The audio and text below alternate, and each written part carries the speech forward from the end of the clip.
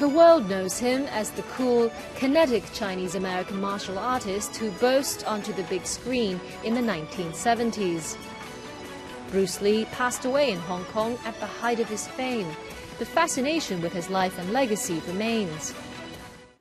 Well, this is how he's being celebrated in Hong Kong, a city where the young Bruce Lee gained a foundation in traditional Chinese martial arts and to where he returned to become a full-fledged film star. Well, this is the iconic yellow tracksuit that he wore in his final film, Game of Death.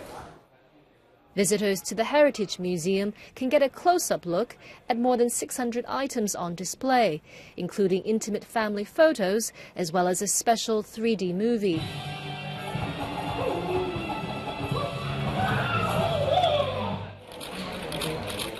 His only daughter, Shannon Lee, says her father is still relevant today.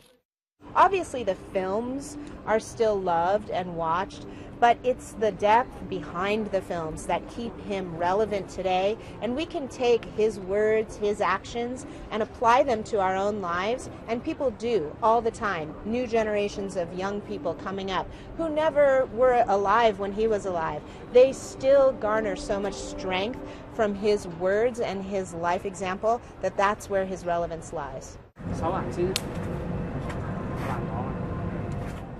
Lee's many followers revere him as not just an actor, but as a philosopher, martial artist and a patriot.